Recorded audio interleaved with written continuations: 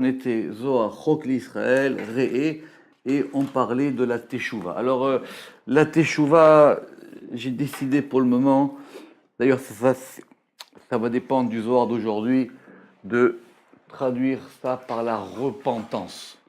Parce on a le féminin, on a l'idée de retour, et en même temps, le mot, il indique à peu près la chose, quoi. Il indique le fait que on se repent de fautes et on revient en arrière. Alors,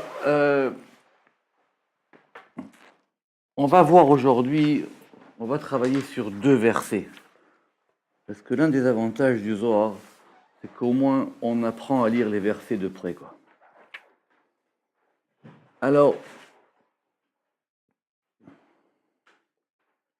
donc, c'est un verset dans Isaïe, dans la fin d'Isaïe, au chapitre 57. 57, évidemment, Isaïe fait des remontrances et Tachazé Maktiv, viens voir ce qui est écrit. Vayelech shovav bederech libo. Alors, c'est pas facile à traduire ces choses-là, hein, mais alors c'est la fin d'un verset, il dit qu'évidemment il fait des fautes et on s'adresse à la deuxième, à la troisième personne, quoi. Il, on parle de il, du fauteur. Alors on dit Vayelech shovav bederech libo. Et libo. Et il va, shovav. Shovav, c'est un mot intéressant. La Torah, c'est un peu plus fort. En général, c'est traduit comme quelqu'un qui est rebelle, quoi. C'est un peu fort rebelle, mais c'est en tout cas comme ça qu'on traduit.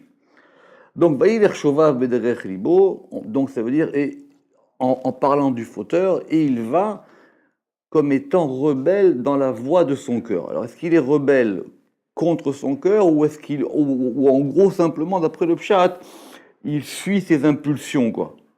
C'est ça.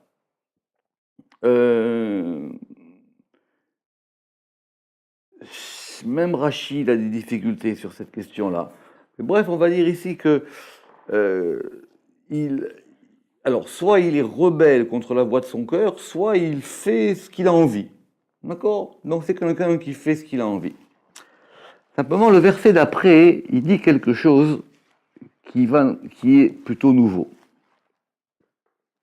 Alors évidemment, donc j'ai ramené les notes, donc ça veut dire qu'il se révolte contre moi, il se révolte contre Dieu, et c'est quelqu'un qui a des problèmes, quoi. Il veut pas aller là où il faut. Mais qu'est-ce qui a marqué? Derachav ra'iti, j'ai vu ses voies. Veher paheu, et je le guérirai. Va'anechehu, et je le conduirai. Rachid n'est pas tout à fait d'accord avec va'anchehu, parce qu'il dit que ça peut pouvoir dire aussi je le calmerai. Donc je le guérirai et je le calmerai. Va'ashalem nechumim lo. Alors ashalem, c'est pas le sens de payer, c'est le sens de compléter, d'accomplir. Ashalem nechumim lo, des consolations pour lui. Velahav velav, et pour ceux et pour ses endeuillés, pour ceux qui sont en deuil de lui. Rachid dit, c'est quoi les havelav? Ça veut dire ceux qui se font du souci contre lui, quoi, ceux qui sont en peine, d'accord, il y a quelqu'un qui va pas très bien, il va pas comme il faut.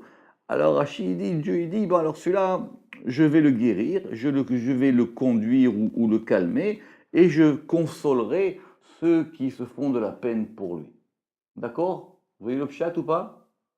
Très bien. Comme il dit Rachid, pour tous ceux qui ont de la peine pour sa souffrance. Oui, j'aurais pu même rajouter au niveau de Rachid ceux qui se font du souci pour lui, enfin, ceux qui sont mystères. Mystère, ça veut dire, en hébreu moderne, c'est être désolé, un mystère. Mais tsar, c'est vraiment une souffrance. Tsar. Alors, on va bien suivre le Zohar et vous allez comprendre qu'on va avoir des choses nouvelles sur cette question de Teshuvah. Parce que la question, elle est que, d'un côté, ok, il y a quelqu'un qui fait ce qu'il veut. Il a décidé d'être rebelle, de faire d'être révolté. Mais de la suite, on voit que ça ne dépend pas de lui. Vous comprenez ce que je veux dire? Quelque part, c'est Dieu qui va l'aider ou qui le pousse ou qui le guérit. Et ses voies j'ai vu et je le guérirai et je le conduirai et j'accomplirai les consolations. Comme si la teshuva, elle n'était pas toujours entre les mains de l'homme. C'est la difficulté qu'on va voir. Alors très bien. Alors déjà on va reprendre. Voyez l'air chovav et il va rebelle. Afalgav de chayavin avdin kolma de avdin bizadon. Bien que ceux qui font les pécheurs ou les criminels, les chayav, ils font tout ce qu'ils font avec arrogance. C'est-à-dire s'il est chovav, vous savez, ça veut dire que vraiment il le fait de façon intentionnelle. D'accord? Vous savez, le rabbin il a ramené l'autre jour, il y a dans les halachot, dans les issour veter, il y a une différence entre quelqu'un qui est moumar. Donc c'est quoi un moumar? Un moumar, c'est assez fort en hébreu. Un moumar, c'est un rebelle ou un renégat. Alors il dit, il y a moumar le akis et il y a moumar le teavon. Moumar le akis, c'est quelqu'un qui agit parce qu'il il veut embêter, quoi. Il fait exprès. Il fait exprès. Moumar le teavon, c'est quelqu'un qui dit, c'est quoi? J'aimerais bien, hein, mais je suis attiré par ces choses-là. D'accord? Moumar les Théavon et Moumar les Akis. D'accord? Comme c'est pas la même distinction qu'entre quelqu'un qui agit de façon intentionnelle et de quelqu'un qui agit de façon involontaire. C'est-à-dire que c'est quelqu'un qui agit parce que il a un problème avec ça, donc il veut effectivement se rebeller. Alors il dit Afalgav de Chayavin Ovdin Kolma de Avdin Bezadoun de Azlin car ils suivent la voie de leur cœur. Donc apparemment le Zohar, c'est comme on a expliqué. Le Zohar il dit qu'il est chauvave parce qu'il va d'après ses impulsions. Alors c'est intéressant cette notion de cœur, on n'est pas le sujet ici, mais des fois on dit qu'il faut suivre son cœur et des fois il faut dire qu'il ne faut pas suivre son cœur. Dans le schéma Israël on dit Velo tatouach relevafrem, vous ne vous égarerez pas après votre cœur. Mais il y a des fois aussi le cœur est bon conseiller. Ici, apparemment, c'est dans le sens où il suit ses instincts, il suit ses pulsions. Donc, effectivement, donc celui-là, l'air chauvave, et bien qu'effectivement, il fait tout ce qu'il fait avec arrogance, parce qu'il suit les voies de leur cœur, et que d'autres les avertissent. Alors, c'est quoi cette notion de hatra? Ça, j'espère que c'est connu, c'est une mitzvah de la Torah, Ochiach, Tochiach. Alors, Ochiach, Tochiach, c'est un commandement qui consiste à faire des remontrances. C'est-à-dire, quand quelqu'un il fait des bêtises, alors il faut aussi quand même pas le laisser faire ce qu'il veut. C'est pas là pour tout. Donc, il faut lui faire des remontrances. Bon, il y a une grande discussion, comment on fait des remontrances, et si ça va après plus le rebeller, alors ça sert à rien de les faire, ou comment est-ce qu'on le fait, et est-ce qu'on peut faire des remontrances pour tout, etc., etc. Mais le Zohar, il dit que d'autres les avertissent, c'est-à-dire qu'il y a un avertissement, ou même, c'est plus compliqué, dans d'autres textes du Zohar, personne ne peut dire « on m'a pas prévenu ». Quoi qu'il arrive, il y a quelqu'un qui t'a prévenu. Et même si toi tu dis je n'ai pas été prévenu, sache que depuis le mont Sinaï, déjà on t'avait dit ou on t'avait prévenu de ne pas le faire. Le soir de mercredi de la suite, il dira que même la Neshama, elle était mise en garde. C'est-à-dire, on ne peut pas dire que quelqu'un il dit je ne savais pas. Alors il dit je ne savais pas, j'ai oublié, peut-être qu'on va le croire, mais dans le fond, il sait exactement où sont les choses, quoi. Et en tout cas, bien qu'on les avertit, et ils ne veulent pas écouter. D'accord? Bien que d'autres les avertissent, Batra, Vélo, Banan, les Saïtaloun, et ils ne veulent pas les écouter.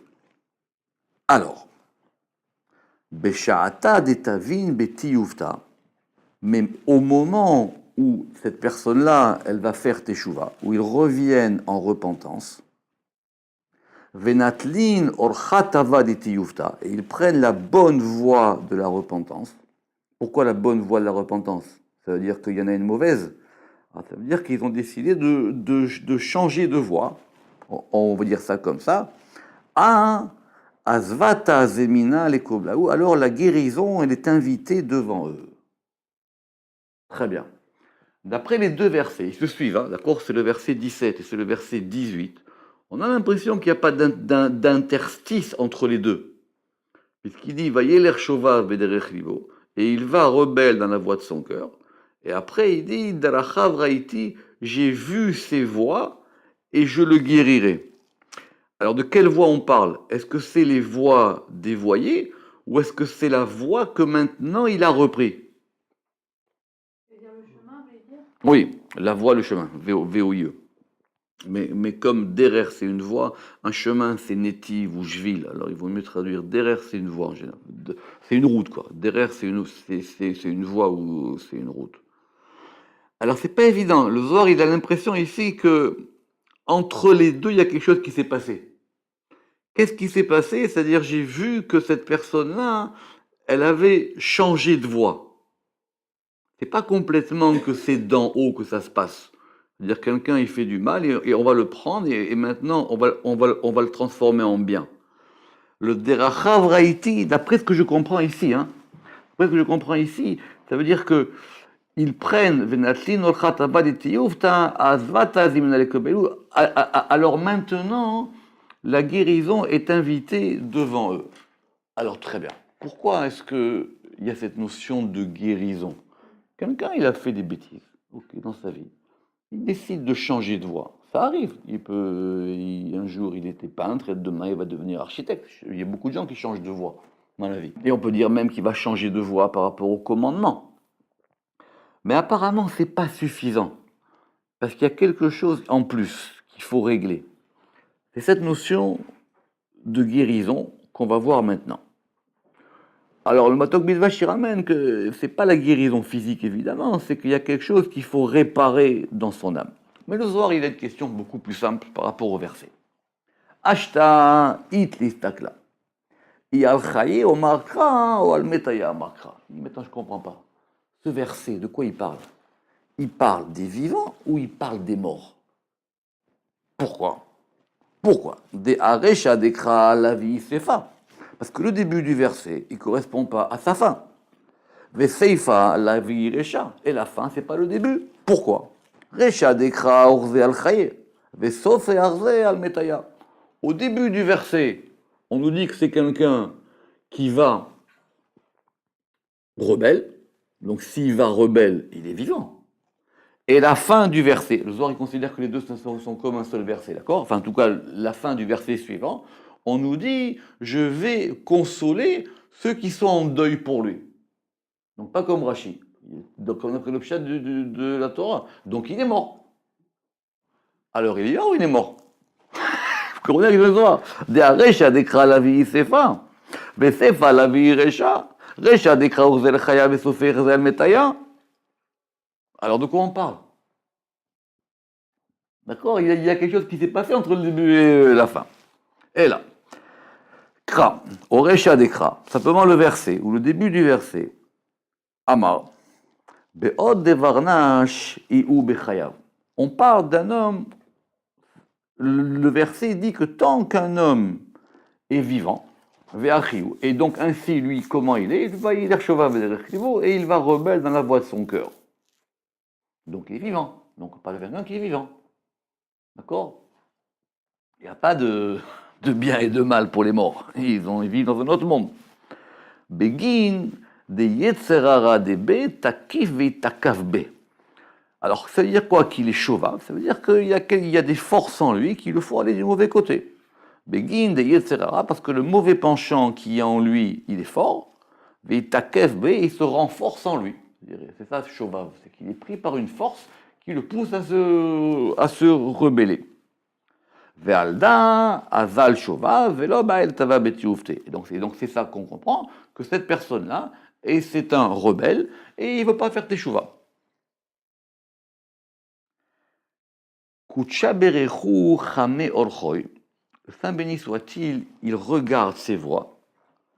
Des kazlin bebish beloto alta. Il dit, cette personne-là, il fait rien de bon dans sa vie. Parce qu'il va dans le mal sans utilité. Ça mène à rien, tout ça. Amar kucha berechu ana istarichna liatkafa bede. Alors, Dieu il dit, je dois saisir sa main. À Daoud Irtiv, c'est ce qui est écrit. Derachav raiti, de kazlin bechashucha, parce qu'il va dans l'obscurité. Alors, c'est plus subtil maintenant. Effectivement, les deux versets se suivent. Mais de quoi on parle? On parle que les derachav, qui sont au début du deuxième verset, c'est les mêmes que les premiers. D'accord? Vous vous rappelez ou pas? Ça veut dire que Dieu, il dit, je vois que lui, ça va mal pour lui. Je vois qu'il va mal finir. Ou je vois qu'il est dans le noir. Derachav raiti. Donc, Derachav raiti, c'est pas les darkei tchouva. C'est pas les chemins de la tchouva qu'il a déjà empruntés, comme on avait dit au début. Mais Derachav raiti, ça veut dire que j'ai vu, comme il dit ici, j'ai vu ses voies parce qu'il va dans l'obscurité. Alors, Ana ba'e le mehev le asvata. Alors je veux le guérir. Alors, comment le Zohar il est passé de la première interprétation à la deuxième interprétation, c'est assez subtil. Vous comprenez ce que je veux dire ou pas? Au début, on a l'impression qu'entre les deux versets, il a fait tchouva. Alors, comme il a fait tchouva, alors maintenant, je vais l'aider. Ici, non, il n'a rien fait. Il continue. Il va dans des voies qui sont appelées ici des voies obscures. Et c'est donc Dieu qui décide de dire, je vais maintenant le guérir. Le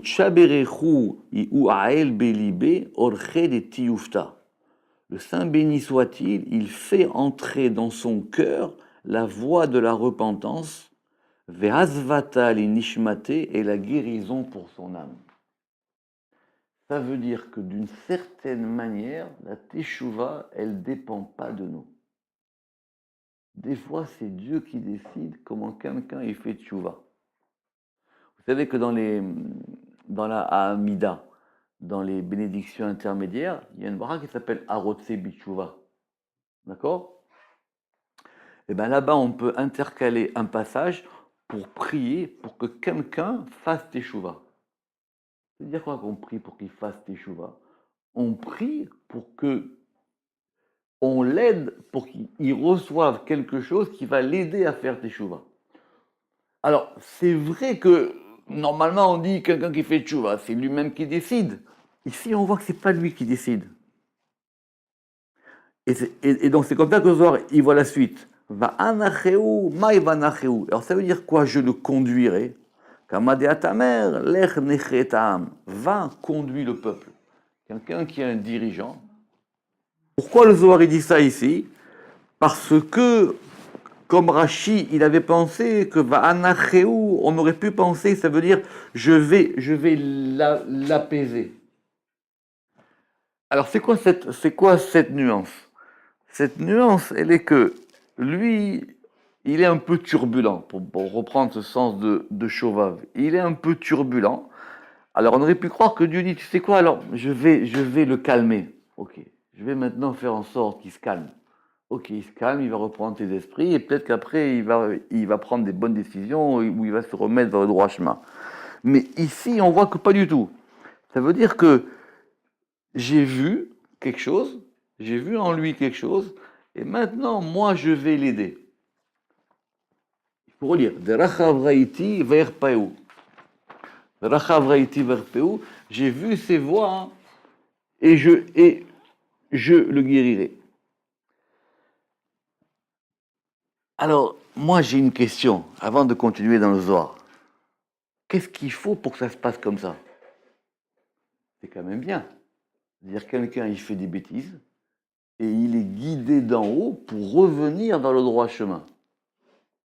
D'accord? Qu'est-ce qu'il fait? Pourquoi ça n'arrive pas à tout le monde? Pourquoi ça arrive qu'à certaines personnes? Des personnes disent, dans ma vie, à un moment, j'étais dans une période difficile, et puis tout d'un coup, j'ai été poussé, j'ai été guidé. Vous vous rappelez, comme j'ai dit la dernière fois, Benjamin, il disait que la tchouva, c'était une lumière noire. C'est une lumière qui vous éclaire, mais vous ne savez pas d'où elle vient. Alors c'est particulier. Et pourquoi lui et pas un autre? Alors peut-être il a le mérite de ses ancêtres, peut-être il doit faire des choses, ou peut-être il aurait dû accomplir des choses qu'il n'a pas accomplies. Ça, c'est un mystère. Une personne qui fait tchouva, elle ne sait pas pourquoi elle fait tchouva. Elle peut se donner elle-même des bonnes raisons, mais dans le fond, elle est guidée. C'est ça qu'il dit au Zohar ici. Elle est guidée, cette personne-là. Vanacheu. Maï vanacheu, kamadat amer, lech nechet am, va et conduit le peuple. Très bien. Alors, anigle kucha berichu beorach mishor. Donc c'est Dieu qui va le diriger dans la voie droite. Keman de atkiv beyada de ahara veafke migochashucha. Comme celui qui saisit la main d'un autre et le fait sortir de l'obscurité. Donc il est guidé. C'est Dieu qui l'aide. Dieu, il prend sa main, il dit, tu sais quoi, tu es dans le mauvais chemin, et bien maintenant, je vais t'amener, comme dit le Zohar, je vais t'amener vers la lumière. Comme si la tchouva, elle ne se décide pas. Mais, ne perdons pas le fil. Revenons à notre verset. Donc là, on parle bien de quelqu'un qui est vivant. Il y a quelqu'un qui est vivant, il fait des bêtises, il se rebelle, et il y a une main, comme dit le Zohar, il y a une main qui le prend, et cette main qui le prend, et elle va le ramener dans la lumière. Alors maintenant, il dit, mais ça veut dire quoi la suite? Va shalem nechumim lo ve'la'avalav. Et j'accomplirai les consolations pour lui et pour ses endeuillés. À étraser des mitao. Donc ça veut dire qu'il est mort. Donc ça veut dire qu'il est mort. D'accord? Rachid avait dit oui, parce que les gens qu'il a déçus, quelque part, ils sont en deuil pour lui. D'accord? Quand quelqu'un il fait des bêtises, alors les gens qui sont autour de lui, son entourage, ils sont quelque part en deuil pour lui. Ils disent le pauvre et que Dieu l'aide, etc., etc. Mais il n'est pas mort. Il est encore vivant. D'accord? On a dit qu'il vaut mieux, vous rappelez l'histoire du roi Salomon avec le roi David. C'est-à-dire, il vaut mieux un chien vivant qu'un lion mort. C'est ça qu'il a dit. C'est-à-dire que tant que quelqu'un est vivant, alors au moins il peut essayer de changer la situation. Une fois qu'il est mort, il est mort. Et là, in. Vadaï mitayo. Alors le Zohar, il va donner ici deux réponses. La première réponse, c'est que fondamentalement, il est mort. C'est vrai. In. Vadaï mitayo. C'est sûr qu'il est mort. Pourquoi? Vekaima bechaim deo il veiurasha mitaekre. Oui, il est mort. Il est vivant, mais il est mort. Parce qu'il fait des bêtises, alors il est considéré comme étant mort. D'accord? Donc ça, c'est une Gemara Mefourechet, ici que j'ai ramené, que les gens qui sont bien, les justes, les tzadikim, ils sont appelés vivants même quand ils sont morts. Et les gens qui sont dans le mal, ils sont déjà morts. Ils sont déjà morts même quand ils sont vivants. Autrement dit, alors c'est une question compliquée parce que c'est Rabbi Shimon qui va parler de ça dans la Hydra. C'est Rabbi Shimon qui va parler de ça dans la Hydra. Je ne sais pas si vous vous rappelez l'histoire, c'est au début au début de la Hydra Zuta où là-bas le Zohar il ramène une histoire à propos de Ido. Ido c'était un prophète et il y avait un roi d'Israël qui faisait des grosses bêtises. Alors il était le voir et il lui dit, écoute, arrête maintenant, c'est fini, khalas, essaie de revenir vers le droit chemin. Et qu'est-ce qu'il a fait le roi? Il a levé sa main et il a voulu le gifler à Ido, au prophète Ido, et il a marqué là-bas que sa main, elle s'est desséchée. Sa main est tombée sèche comme ça, ou la main elle a été immobilisée. Alors il pose la question et il dit, pourquoi Dieu il fait un miracle pour ça? Et tout le temps que cette personne-là, elle a fait du mal, Dieu, il n'a rien fait. Alors il dit, parce que Dieu, il s'occupe du kavod des tzadikim plus que de son kavod à lui. C'est ça qui est marqué au début de la Hydra. Il dit, parce que Dieu, il s'occupe beaucoup plus. Qu'il fasse du mal à Dieu, qu'il fasse avodah zara, Dieu, il dit, bon, ça, je peux m'arranger avec ça. Mais qu'il touche à quelqu'un qui est un tzadik, parce que lui, il est vivant quoi qu'il arrive. Ok. Donc ça, c'est la première réponse. Ok? Première réponse, effectivement, il est mort. Il est mort. Il est considéré comme mort. S'il est considéré comme mort, ça veut dire quoi donc? Ça veut dire que si la suite du verset dit je le guérirai, ça veut dire quoi je le guérirai? Ça veut dire je vais le ressusciter. Si on dit que quelqu'un qui est un rachat, il est considéré comme mort, alors comment que Dieu dit je le prends de la chavraïti, j'ai vu que lui il va dans l'obscurité, je le prends par la main. Et très jolie cette image du Zohar. je le prends par la main, comme quelqu'un qui prend quelqu'un par la main et qui le guide. Et tu sais quoi, sors de là, je suis perdu, alors sors de là. Il dit, agave, il faut quand même que la personne, elle accepte de prendre la main. Parce qu'il y a des gens, vous leur tendez la main et ils la prennent pas. D'accord, ça veut dire que quelque part, il est capable. C'est pas qu'il le prend de force. En tout cas, bien que d'après ce que la chaîne du Zohar, les Atkafa Beyadé, c'est le prendre aussi par force un peu, quelque part. Ok, donc effectivement, assurément, il est mort, et il est mort bien qu'il soit en vie, et parce que comme il est criminel, il s'appelle mort. Mais c'est l'ergamo. Très bien. Mais le Zohar, il dit, ça ne me suffit pas cette explication. Mahu va shalem nechumim lo vala valav. Que signifie et j'accomplirai les consolations pour lui et pour ses endeuillés. Alors attention, accrochez-vous. Vous allez voir. Nous, on ne s'est pas posé la question. On avait dit, même d'après le sens du pshat, que c'est quoi ces endeuillés-là? Ce sont ses proches. Qui ça peut être? Sa famille, ses amis. Qui c'est ça? Qui sont ces gens qui vont se faire du souci pour quelqu'un qui tourne mal? Qui ça peut être? D'accord? Je vous rappelle que Rachid a dit les mistarim alav, ceux qui se font ceux qui ont de la peine pour lui. On n'a pas précisé qui sont. Qui c'est? Qui a de la peine pour lui? Alors écoutez bien cette histoire. Et là, Kucha Berichu Avi Tivu Imbenenasha. Simplement, le Saint béni soit-il, il accomplit le bien avec les hommes. Des Kivan de Ael Miyud Gimel Shanin Velala. Parce que dès qu'il a atteint 13 ans et au-delà, c'est-à-dire pour un garçon, c'est la bar mitzvah, qui dit mais Trin Niturin Denatrale. Il va lui adjoindre 2 anges protecteurs pour le protéger. Chad mimine vechad mismale. Un à sa droite et un à sa gauche. D'accord? Donc, alors première question simple. Et avant la bar mitzvah? Avant la bar mitzvah. Alors c'est assez complexe. Mais alors c'est marqué dans le Midrash, c'est expliqué dans le Zohar plusieurs fois, d'ailleurs même je crois que c'était dans les Zohars de Shemot. Avant la bar mitzvah, il n'y a pas de Yetzeratov. C'est pour ça que le Zohar il dit qu'il faut protéger les enfants. Parce qu'à partir du moment où il va faire, où il va être bar mitzvah, alors il va commencer à avoir la notion de bien.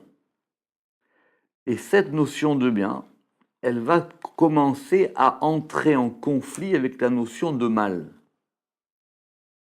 Pourquoi? Parce que de 0 à 13 ans, en gros, il faisait ce qu'il voulait.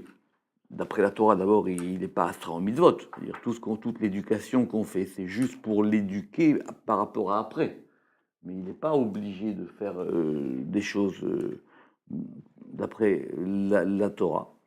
Et donc va commencer un conflit qui est détaillé longuement dans le Zohar entre quelque chose qui est en lui depuis sa naissance et quelque chose qui va arriver plus tard. Et ça, c'est résumé dans un verset. C'est la note 8.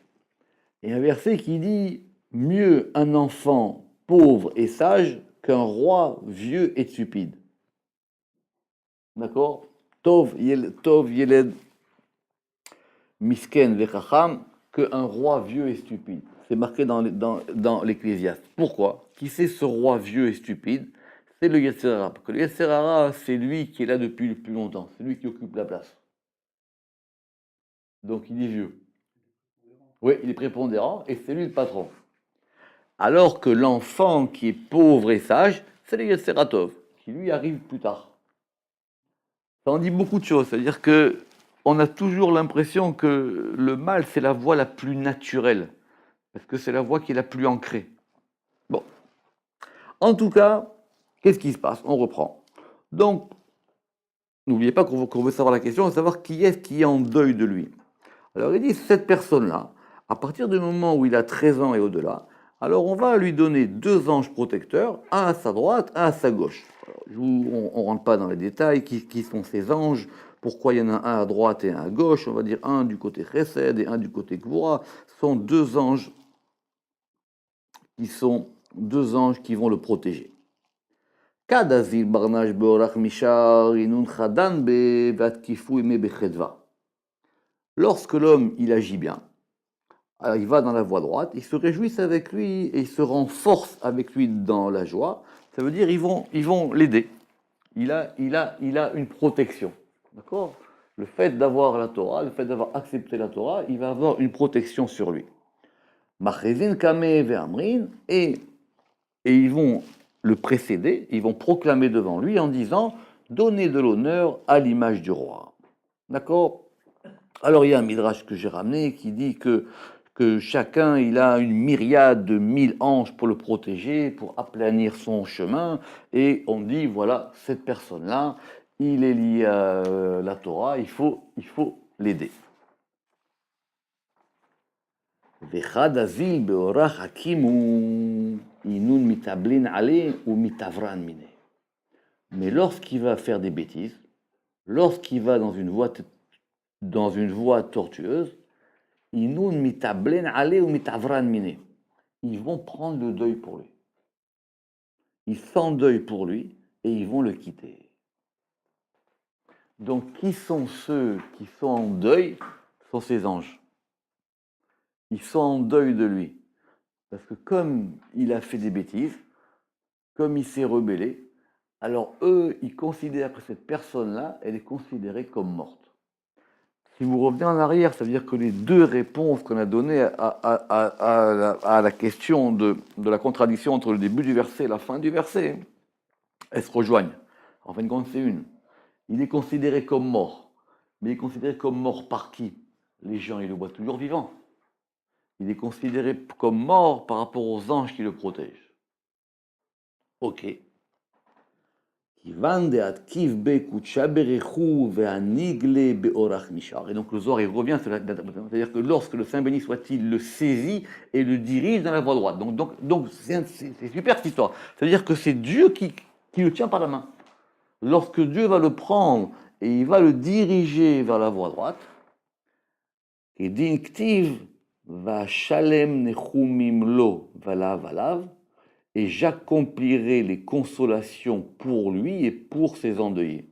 Autrement dit, eux, maintenant, je vais les consoler. Ça veut dire quoi, je vais les consoler? C'est quoi consoler une personne? Quand quelqu'un il perd quelque chose, ça veut dire quoi, il est consolé? C'est une bonne question, ça. Ça veut dire quoi, que quelqu'un il est consolé? Ça veut dire quoi? Tu apprends à vivre avec le fait que la personne elle soit morte. La véritable consolation, c'est de considérer qu'un jour il revivra. C'est ça qu'ils disent. C'est comme ça que je comprends. Dire quoi, je vais les consoler. Vous savez quoi? Regardez, vous pensiez qu'il était mort, il n'est pas mort. Regardez maintenant. Il a changé. Il est revenu à la vie. Maintenant, le Zohar, il va jouer avec un mot en hébreu.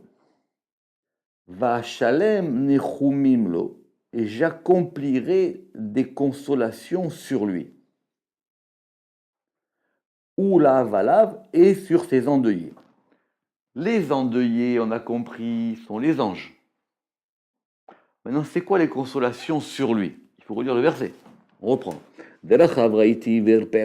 J'ai vu ses voies, et moi je vais le guérir, va ancheu, et je vais le diriger. D'accord? Donc il y a quelque chose qui se passe d'en haut. À un moment, Dieu il va regarder cette personne, et il va dire, tu sais quoi? Lui, je vais l'aider. C'est une aide. Donc j'ai vu qu'il allait mal. Va arpeu, et je vais maintenant le guérir. Donc comment ça veut dire quoi le guérir? Ça veut dire je vais le ramener vers la lumière. Va ancheu, et je vais maintenant le diriger. Comme dans la vie, quelqu'un des fois on fait des choses et on se dit mais c'est pas moi. C'est comme si j'avais été dirigé par quelqu'un, c'est comme si j'avais été dirigé par une force. Il y a quelque chose qui m'a aidé. Je ne savais pas, des fois on a des choix, on n'arrive pas à s'en sortir. Des fois, tac, d'un coup, on prend la bonne décision. C'est qu'on est aidé.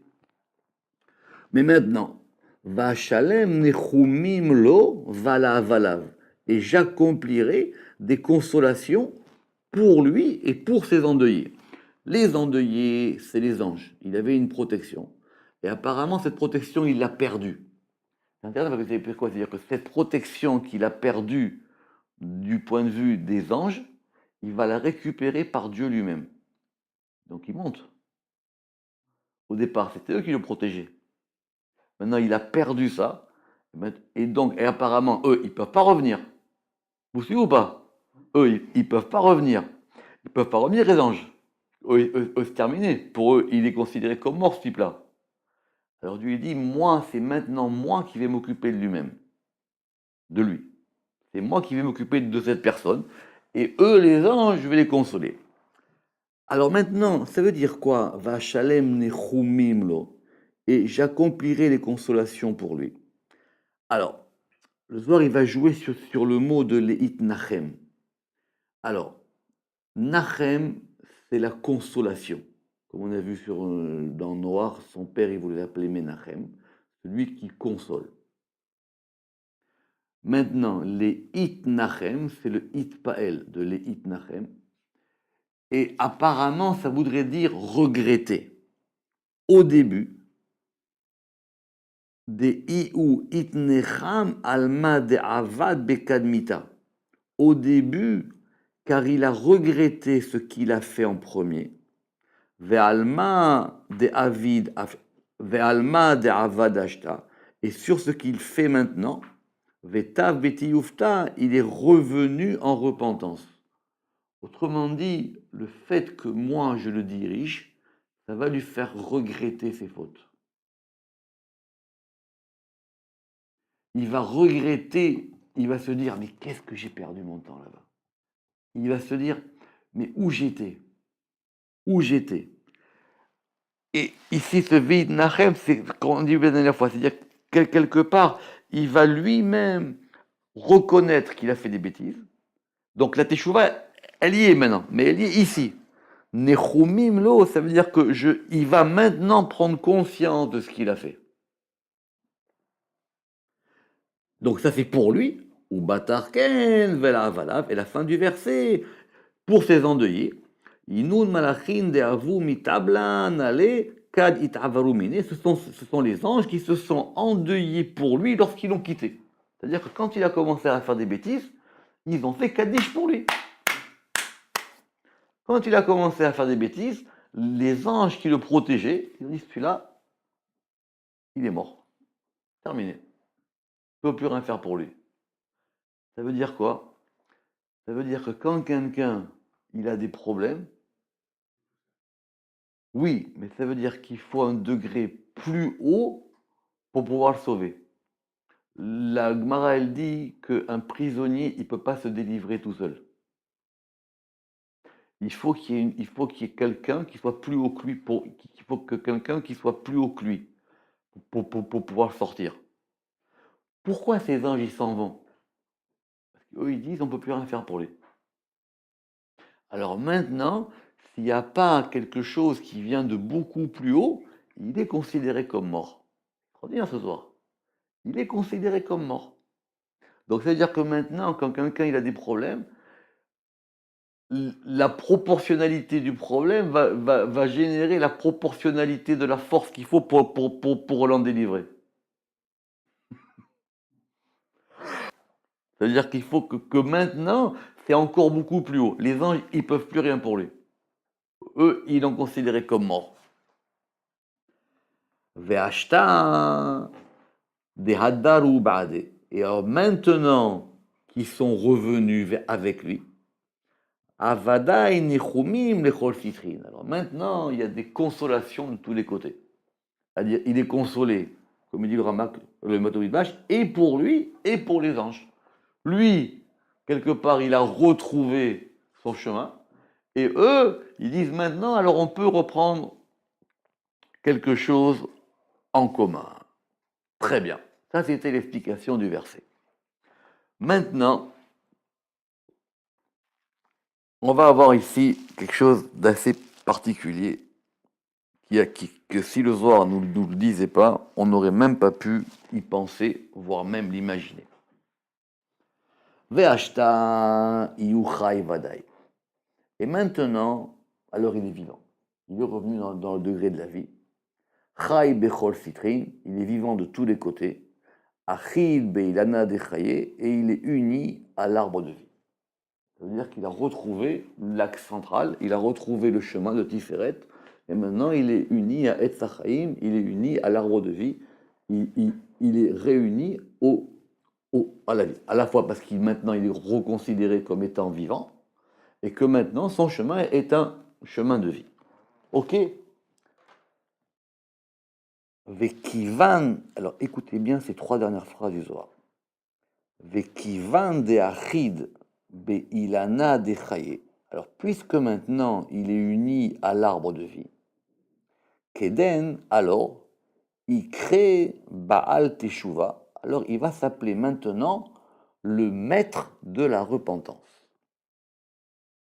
Deha Knesset Israël Teshuva Ufachi Ikre. Alors c'est très compliqué ça.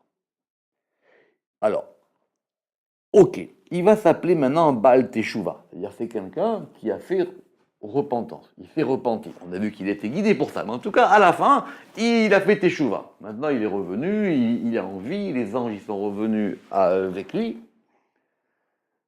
Mais, le Zohar nous dit ici que Teshuva, ça ne veut pas simplement dire repentance.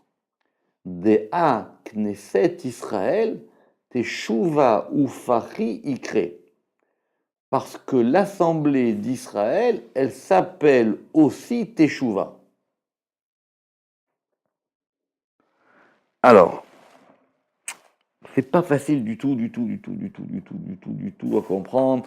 On a fait un cours avec Rav Marciano là, pour Rosh Hashanah sur ce sujet-là, et essayer de reprendre ça. En gros, le pshat le plus simple, puisque maintenant on a dit qu'il était uni à l'arbre de vie, Achid Beilana Dechaye. Donc ça veut dire que maintenant il est uni à l'axe central. Mais le fait d'être uni à l'axe central, ce chemin qu'il a fait, que celui qui était toujours sur l'axe central, celui-là, on ne va pas l'appeler Baal Teshuva. D'accord? Ça va être la suite. Lui, maintenant, il a fait un chemin qu'il a ramené dans le chemin de la vie. Et donc, du coup, il s'appelle Baal. Baal, ça veut dire qu'il a une maîtrise de la chose, dans le premier sens du terme. Donc, il a maîtrisé, il est devenu le maître de la Teshuva. Le Zohar dit ici que Teshuva, c'est un deuxième nom pour Knesset Israël.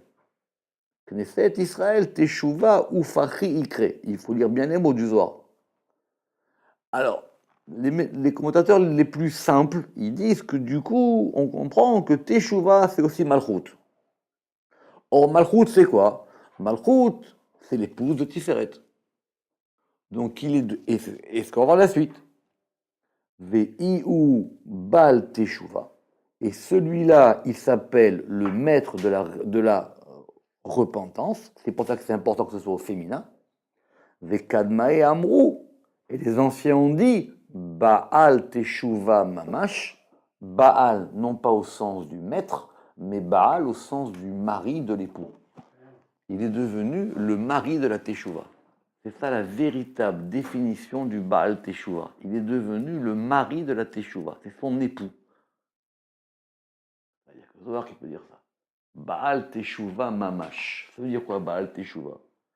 Ça veut dire que maintenant, il a fait de la Teshuva, qui est la Malchut, sa femme.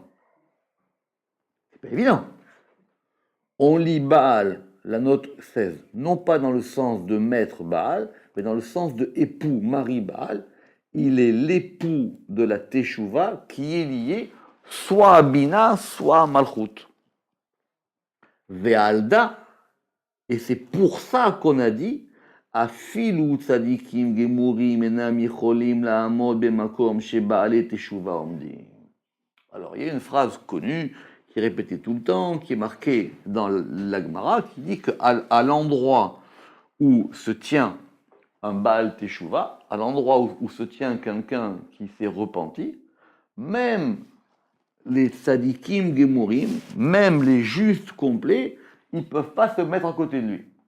C'est une Gemara, d'accord, j'ai ramené dans Brachot, que Rabbi Abaou, il a dit, dans le lieu où se tiennent les maîtres de repentance, les justes complets ne se tiennent pas.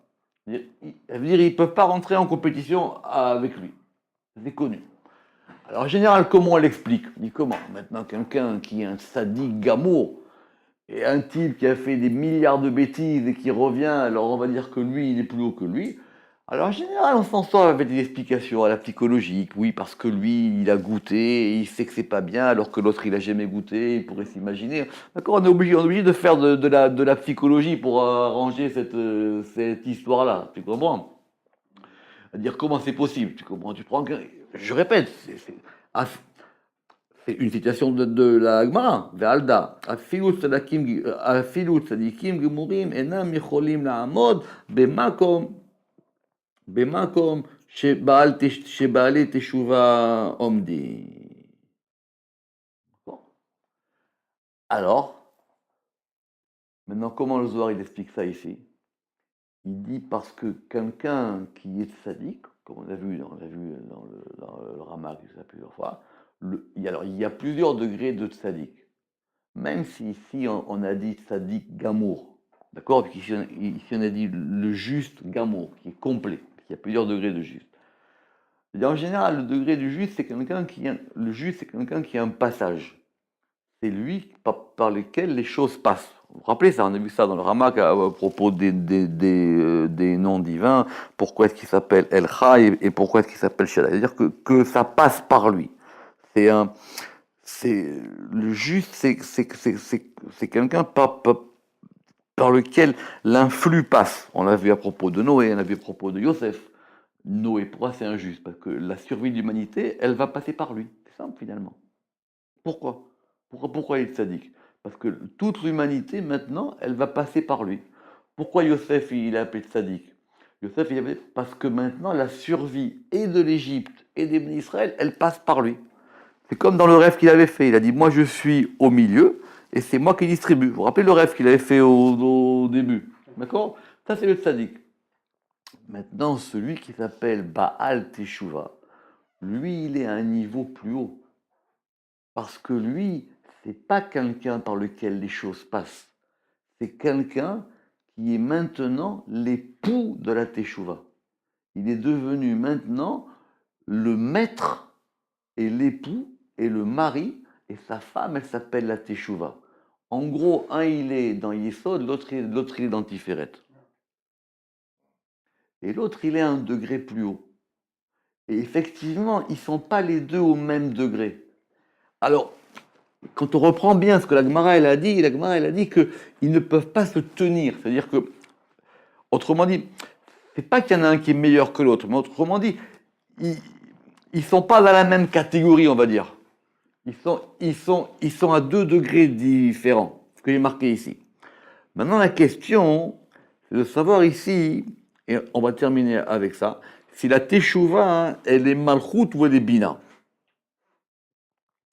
Parce que si on dit qu'il est Baal Teshuvah, alors le Zohar, il a dit ici que quand même que Teshuvah des Akneset Israël Teshuvah ou Fachi Ikre. Parce que l'Assemblée d'Israël, elle s'appelle aussi Teshuvah. Alors en général, l'Assemblée d'Israël, c'est Malchut. C'était ça la question qu'on avait la dernière fois. Mais ici, on dit que si il est maintenant... Autrement dit, comme il est revenu au niveau de la vie, le parcours qu'il a fait que maintenant, il a une maîtrise de ce retour. Et il a une maîtrise de ce chemin. Cette maîtrise de ce chemin fait que maintenant, lui, c'est quoi le mari? C'est celui qui va donner un influx. Celui qui donne un influx à sa femme. Et il va être capable de donner un influx à ce degré qui s'appelle la Teshuvah. Donc, c'est pour ça que les Baalei Teshuvah, il faut traduire par les époux de la Teshuvah. Les époux de la repentance. Qu'on soit tous Baalei Teshuvah, Baruch Adonai Leolam, Amen ve Amen.